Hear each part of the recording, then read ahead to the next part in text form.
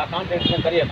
ಅವ್ರು ಬಂದಿಲ್ಲ ಅದನ್ನು immediately you have the power, you can just council can cancel it. Okay, ಈಗ ಸದ್ಯಕ್ಕೆ ಅವ್ರಿಗೆ ಸಂಬಳ ಕೊಡೋದಕ್ಕೆ ಏನು ಬೇಕು?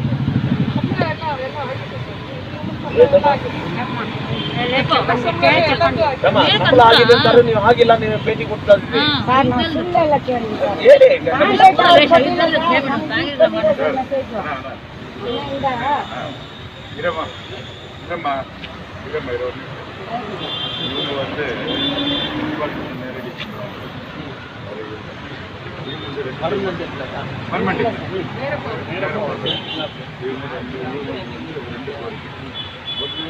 பேமெண்ட் லெவலுக்கு வந்து பேங்க்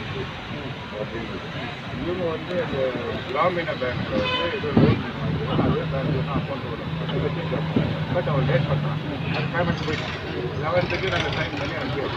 இவங்க பேமெண்ட் போயிட்டு 2வது வந்து இவங்களுக்கு வந்து பிஎஃப் இஎஸ்ஐ கம்மியாகும்.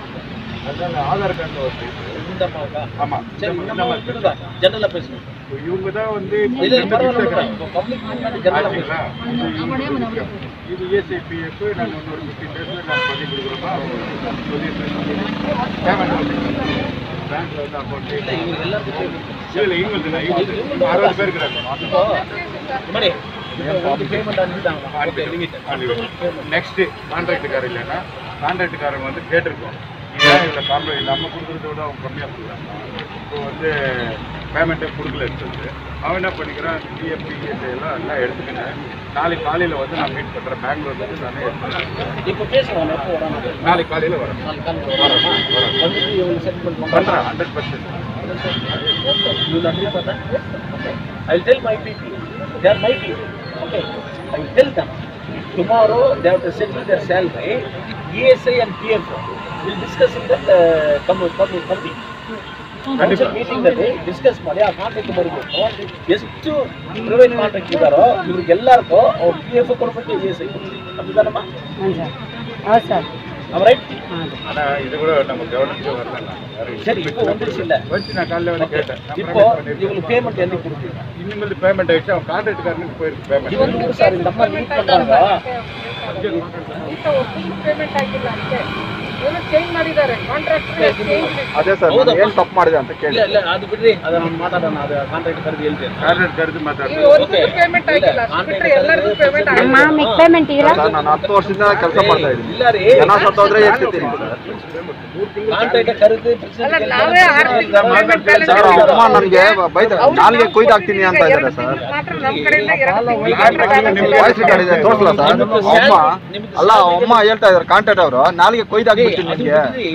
ಈಗ ಅದು ಬೇಡ ಬಿಡಿ, ನಿಮ್ಗೆ ಕೆಲಸ ಬೇಕು, ಪ್ರೆಸಿಡೆಂಟ್ ಮಾತಾಡ್ತಾರೆ. ಓಕೆ, ಅವ್ರಿಗೆ ಕರೆದು ಮಾತಾಡ್ತಾರೆ. ನಿಮ್ಮ ಸ್ಯಾಲ್ರಿ ಎಲ್ಲ ಬಂದಿದ್ದಂತಾರೆ ಕಮಿಷನರ್, ನಿಜಾನಾ? அவன் கொடுக்கறது கொடுக்கல, இது குத்தானே இல்லை. அவன்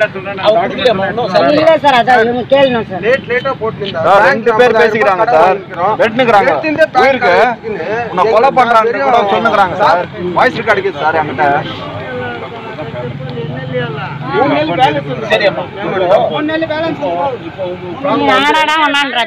డిమాండ్ సార్ అడుగుతుండే వచ్చి చెప్పండి ఫస్ట్. ఏమేం రాలేదని చెప్పండి మీరు. చెప్పు కరెక్ట్ గా. కాంట్రాక్ట్ వచ్చి 18 నెలలు అయింది సార్. సరే, అది చెప్పు, ఎన్ని నెలలు రాలా? 3 నెలలు బ్యాలెన్స్ ఉంది. 3 నెలల బ్యాలెన్స్ 5 months வரணும் சார். ஒரு நிமிஷம், இது தனியா விசாரிக்கிறாருப்பா. கான்ட்ராக்ட் என்ன நடா கேள்வி கேட்டாங்க, அது பிரசிடென்ட் பாத்துக்கிறாரு. விடுவா, அது பிரசிடென்ட் வேலை. 3 నెలల రాలేదు కదా? నిజం தானே? అవును సార్. రేపు వస్తారు కదా, நாளைக்கு வராங்கல்ல? கண்டிப்பா வரும். 3 மாசம் சம்பளம் இவங்களுக்கு బ్యాలెన్స్ చెప్పు. బ్యాలెన్స్ 9000 రూపాయలు కుతున్నా. చెప్తారు. டோட்டல் பேமெண்ட் வந்து 15,000. அதுல 9,000 சார் எங்களுக்கு கொடுக்குறது.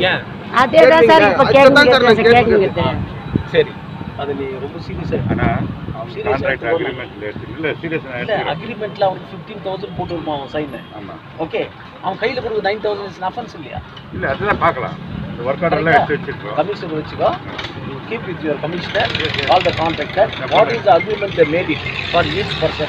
15,000 9,000 பாருங்க. அவன் எவ்வளவு போட்டுக்கிறானோ அவ்வளவு பேமெண்ட் ஏன் கொடுக்கலன்னு அவன் பிளாக் லிஸ்ட் பண்ணுவான். ನಿಮಗೆ ಪೇಮೆಂಟ್ ಬ್ಯಾಂಕ್ ಮುಖಾಂತರ ಬರುತ್ತಾ ಕೈನಲ್ಲಿ ಸರ್ ಬ್ಯಾಂಕ್ ಮುಖಾಂತರ ಸರ್ ಒಂದೊಂದು ಸಾರಿ ಬಂದು ಪೇಟಿಎಂ ಮಾಡ್ತಾರೆ ಸರ್ ಒಟ್ಟರಲ್ಲಿ ಇದು ಬ್ಯಾಂಕ್ ನಲ್ಲಿ ಬರುತ್ತೆ ನಿಮ್ಗೆ ಅಕೌಂಟ್ ಪೇ அதுல தெரிஞ்சு போயிடும். ஓகே இப்போ இந்த மாதிரி நானே நாளைக்கு வரேன் மத்தியானம் 3 மணிக்குள்ள அவனை வர வச்சிருக்கான். கண்டிப்பா ஓகே கூப்பிடுங்க ஒரு 2-3 பேரை கூப்பிட்டு சால்வ் பண்ணுவோம். கமிஷன் வச்சுருக்கா லெட் கமிஷன் ஒரு கொஸ்டின் யூ பி அனாதா. ஓகே நான் கண்டிப்பா பண்றேன். சரிதானம்மா? ಸರಿ ಸರ್. கண்டிப்பா என்ன உன் டிமாண்ட் சொல்லு. இஎஸ்ஐ வேணும், PF வேணும், சேலரி 3 மாசம் ಇವಾಗ 3 ಮಾಸ ನಮ್ಮಲ್ಲಿ ದೊಡ್ಡಿಲ್ಲ ಸರ್, ನಮ್ಗೆ ಡೇಟ್ ಬೇರೆ ಬೇರೆ ಆಗುತ್ತೆ ಸರ್. மக்களுக்கு பேசணும். Okay okay present sir. ಒಂದೇ ಒಂದು ನಿಮಿಷ ನಾನು ಮಾತಾಡ್ಬೋದಾ? ಸಾರಿ. ಈಗ ಸರ್ಕಾರ ಅವರಿಗೆ ಅಮೌಂಟ್ ಇಷ್ಟು ಕೊಡ್ತಿರೋದು 75, PF 3294, ಒಟ್ಟು ಗ್ರೇಸ್ ಹಣ 520.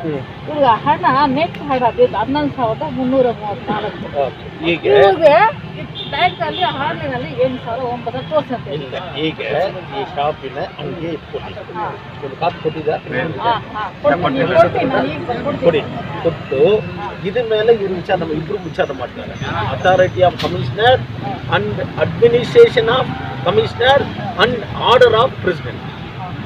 ஓகே அவங்க சால்வ் பண்ணி இவங்க கொடுக்கலனாக்கா தென் யூ சிட் தர்னா இவங்க கூட சேர்ந்து நான் உட்காரு. கரெக்ட் போதுமா? ஓகே இப்போ டிஸ்போஸ் பண்ணுறீங்களா? நான் சால்வ் பண்ணி கொடுக்குறேன். என்ன தாயா? ಇಲ್ಲ ನನ್ನ ಮೇಲೆ ಫೇತ್ ಇದ್ರೆ ನಂಬಿಕೆ ಇದ್ರೆ ಇದು ಒಂದು ವಿಷಯ ಸರ್. ಇದು ಫೈನಲ್ ನಮ್ಮನ್ನ 60 ಜನನ ಸರ್, 60 ಜನದಲ್ಲಿ 20 ಜನ ಹೊಟ್ಟೋಗ್ಬಿಟ್ಟಿದ್ದಾರೆ ನಮ್ದ್ರಲ್ಲಿ ನೇರ ಸಾಲದಲ್ಲಿ. ಕಮಿಷನರ್ ಈಗ ಬಂದಿದ್ದಾರೆ. Correct sir. ಈಗ ನಿಮ್ಮ ಡಿಮಾಂಡ್ ನಾನು ಹೇಳ್ತೇನೆ ತಾಯ PF ಓಕೆ ESI ಸ್ಯಾಲರಿ ನಿಮಗೆ ಮನೆಗೆಲ್ಲ ಈ ಮನೆಗೆ ಅಪಾಯಿಂಟ್ಮೆಂಟ್ ಇದೆ ಸರ್. DC ಹತ್ರ ಮಾತಾಡಬೇಕು. ಆಯ್ತು ಸರ್, ಕೊಟ್ಟಿದ್ದಾರೆ ಸರ್, ಅಲ್ಲಿಂದನೇ ಬಂದಿದೆ ಸರ್ ನಮ್ಮ ಎಷ್ಟು ಅಪಾಯಿಂಟ್ಮೆಂಟ್ ಇದೆ? 29 ಜನ ಆಗಿ ನಮ್ಮ ಕ್ಯಾಟಗರಿ ಇದೆ ಸರ್.